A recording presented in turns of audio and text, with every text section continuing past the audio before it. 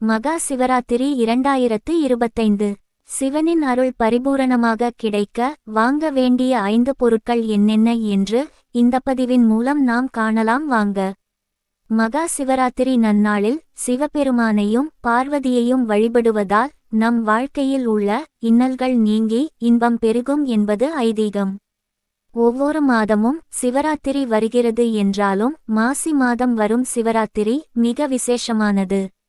ஏனெனில் உலகத்தை பாதுகாக்க சிவபெருமான் ஆலகால விஷத்தை பருகிய நாள்தான் மகா சிவராத்திரி தினம். இந்த நாளில் சில பொருட்களை வாங்குவது சிவபெருமானின் அருளை பரிபூரணமாக கிடைக்க உதவும் என்பது நம்பிக்கை. 2025 மகா சிவராத்திரி எப்போது கொண்டாடப்படுகிறது? ஒவ்வொரு ஆண்டும் மகா சிவராத்திரி விரதம் மாசி மாதத்தில் கிருஷ்ண பக்ஷத்தின் சதுர்த்தசி திதியில் கொண்டாடப்படுகிறது. இந்த ஆண்டு மகா சிவராத்திரி திருவிழா பிப்ரவரி 26, 2025 அன்று கொண்டாடப்படவுள்ளது. மகா சிவராத்திரி நாளில் பக்தர்கள் விரதம் இருந்து கண்விழித்து சிவனை வழிபடுகின்றனர். மகா சிவராத்திரி நாளில் சிவபெருமானின் அருளை பெற சில பொருட்களை வீட்டிற்கு கொண்டு வருவது மிகவும் மங்களகரமானது என சாஸ்திரங்களில் கூறப்பட்டுள்ளது. 1. நந்தி சிலை. மகா சிவராத்திரி நாளில் நந்தி சிலையை வாங்கி வீட்டிற்கு கொண்டு வருவது மிகவும் புண்ணியமாக கருதப்படுகிறது. ஏனெனில் சிவபெருமானின் வாகனமான நந்திதேவர் அவருக்கு மிகவும் பிடித்தவர்.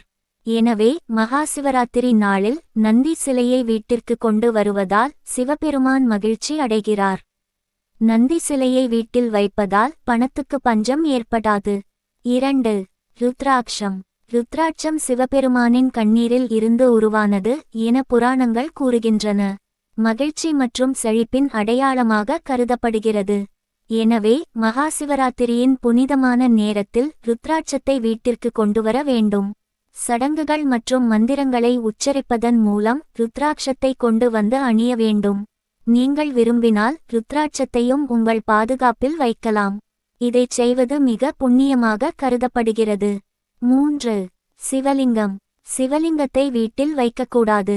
ஸ்படிக லிங்கம் அல்லது வெள்ளி சிவலிங்கத்தை வீட்டில் வைக்கலாம். அத்தகைய சூழ்நிலையில் மகா சிவராத்திரி நாளில் இந்த உலோகங்களால் செய்யப்பட்ட சிவலிங்கத்தை எடுத்து வந்து பூஜையறையில் வைத்து சம்பிரதாயப்படி பூஜித்து வருவதன் மூலம் பித்ருதோஷம் மற்றும் காலசர்ப்ப தோஷத்திலிருந்து விடுதலை பெறலாம். 4. வில்வ இலை. சிவனுக்கு உகந்தது வில்விலை என்பது அனைவருக்கும் தெரியும். எனவே மகா சிவராத்திரி பூஜையில் வில்வ இலை கண்டிப்பாக பயன்படுத்தப்படுகிறது. மகா சிவராத்திரி தினத்தன்று வில்வ இலையை வீட்டிற்கு கொண்டு வந்து சிவலிங்கத்தின் மீது சமர்ப்பிப்பது மங்களகரமானது. சிவபெருமான் இதனால் மகிழ்ச்சியடைந்து நமக்கு ஆசிகளை பொழிவார். 5. மகாமிருத்யுஞ்சய யந்திரம். மகாமிருத்யுஞ்சய மந்திரத்தினை உச்சரித்து மற்றும் மகாமிருத்யுஞ்சய யந்திரத்தை வீட்டில் வைத்திருப்பது மங்களகரமானது என சாஸ்திரங்கள் கூறுகின்றன. இதனால் நம் வீட்டில் தெய்வங்களின் சக்தியும் அதிகரிக்கும் என்பது பலரின் நம்பிக்கை. மேலும் மகாமிருத்யுஞ்சய யந்திரத்தை வீட்டிற்குள் கொண்டுவர மகா சிவராத்திரி நாள் உகந்தது. இந்த நாளில் இந்த யந்திரத்தை வழிபடுங்கள். இதன் மூலம் நோய்கள், தோஷங்கள், அச்சங்கள் மற்றும் நிதி சிக்கல்களில் இருந்து விடுபடலாம். அடுத்த பதிவில் மகாமிருத்யுஞ்சய மந்திரத்தினை பார்க்கலாம். இந்த மந்திரத்தினை சொல்லிவர என்னென்ன நன்மைகள் நமக்கு கிடைக்கும் என்பதை பற்றி அடுத்த பதிவில் நாம் பார்க்கலாம். மேலும் இதுபோன்ற ஆன்மீகம் சம்பந்தமான பதிவுகளை காண ஓம் சிவசக்தி ஆன்மீகம் எனும் நம்ம சேனலை மறக்காம சப்ஸ்கிரைப் பண்ணுங்க. நன்றி.